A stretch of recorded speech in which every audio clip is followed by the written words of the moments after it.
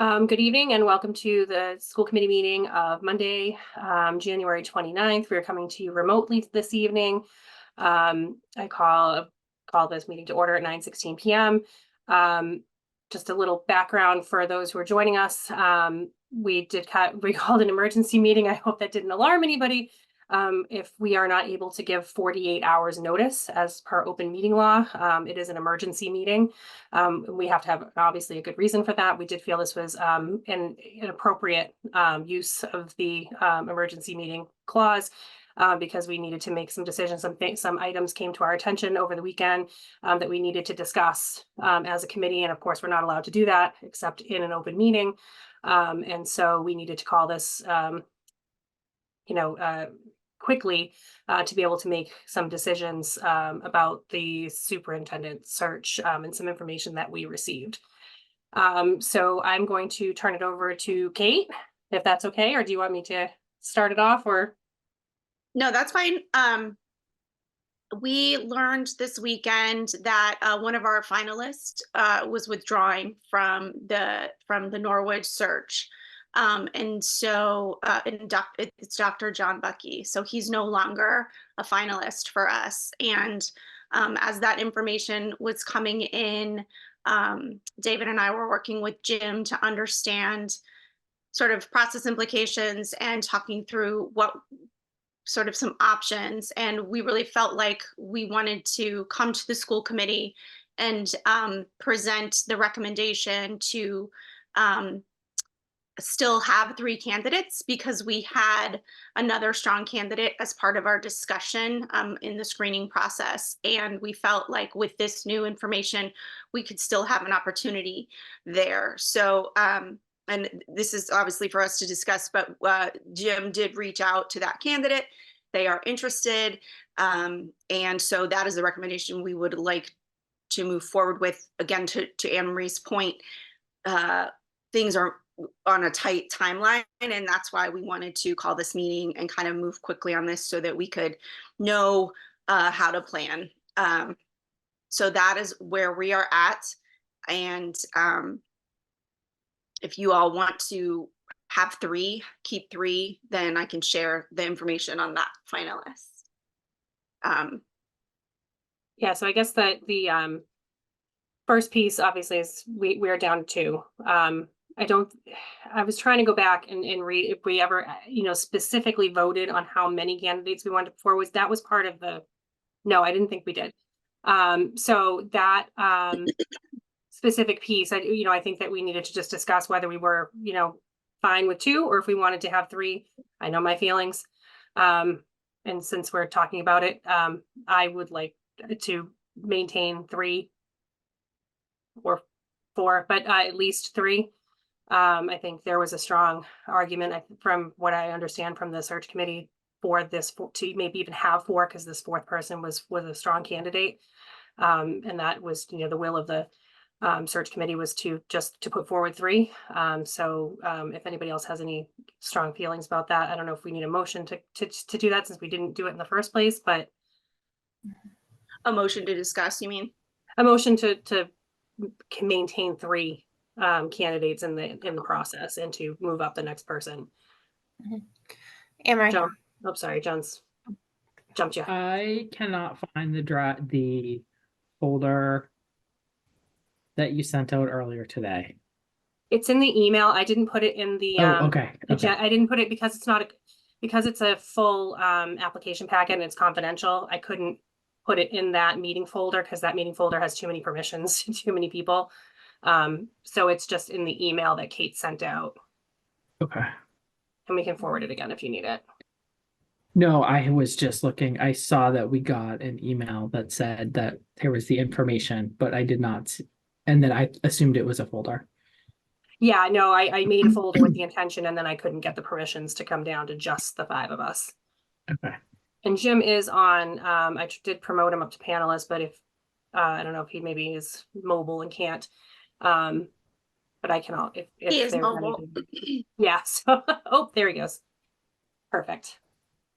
So that way, if there's any questions for Jim, for those on the call, Jim Hardy is our MASC representative who was helping us with this process. for the superintendent search. Yes, and if you all decide that we want to keep 3, then we can share who that finalist is. Is Hey, there Mike. any other- Yep, We shared yep, that proposed person with you, obviously. Yep, Teresa. Yeah, thanks. So just where you were talking about like the historical of what we voted on or what we didn't vote on, I don't think we ever said a certain number, but I do remember in a discussion, and when I went back and looked at the minutes, we had talked about 3 was like a good number and a number that a lot of searches usually brought forward. But I remember we also said like if there were 4 or 5 that the search committee all felt strongly about, to bring those forth as well. So it wasn't like a hard stop at 3, but I think we did talk about it as 3 or more being preferable. So I am in support tonight of hearing about another candidate, as long as Kate and David and Jim, having the 3 of you worked very closely with the search committee. What I'm hearing you say, and I'm trusting, is that there was another candidate that the search committee felt very strongly about. So we're not trying to, undo any decisions or work done by the search committee. Yes, and I think that certainly it's an opportunity to go through the next phases. The initial screening process is the beginning phase, and I'm confident that this person would add value to the school visits and the candidate, meet the candidates, and then with the opportunity to have interview finally with us, that it would add to the overall value of the search. And so just to reiterate and drive that point home for anybody who, might be thinking that, well, this person wasn't chosen in the first place. I do understand from, some conversations that this person, by no means, it was kind of we decided to go with 3 and someone had to go type of situation.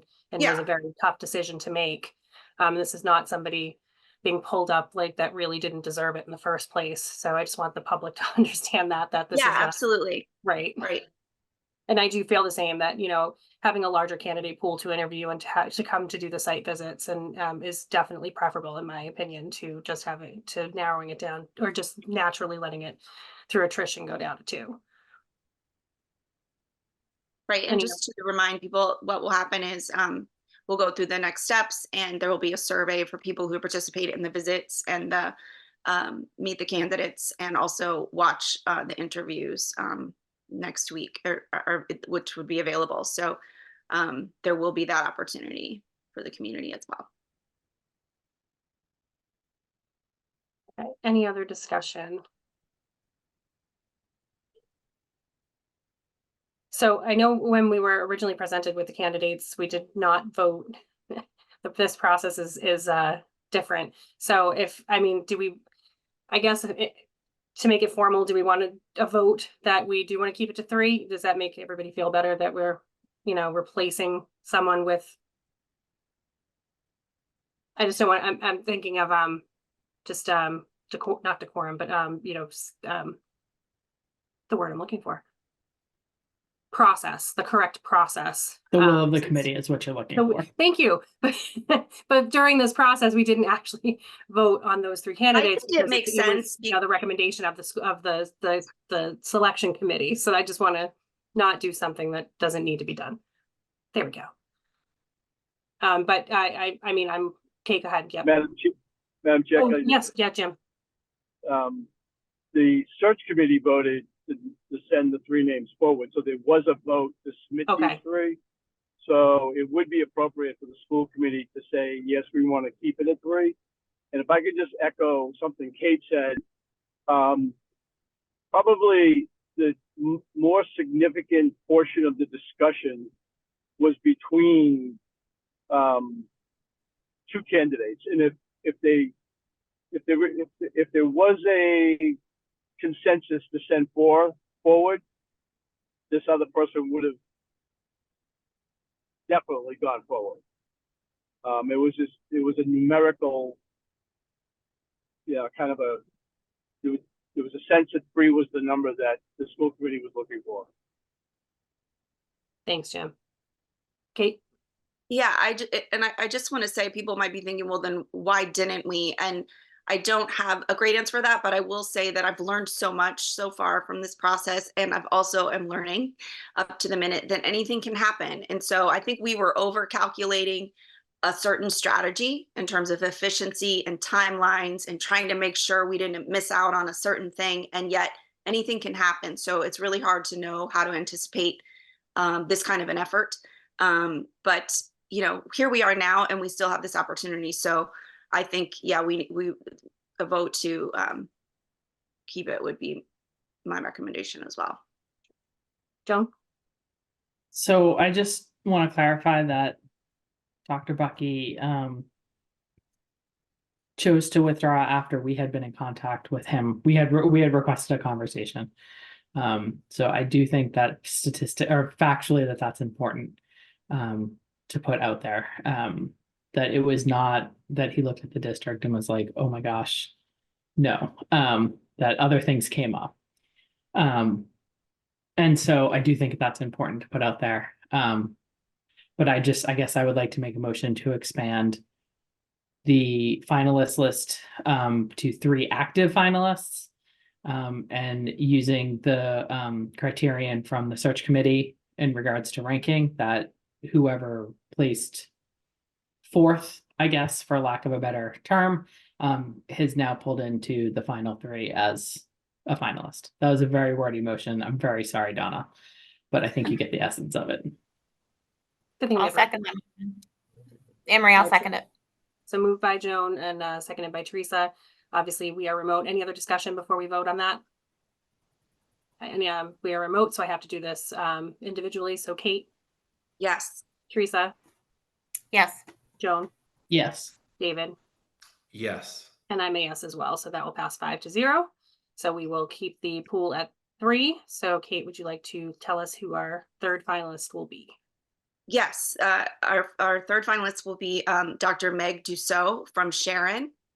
And we will proceed with, we will update our postings that we put up last week and the memo to reflect this new information.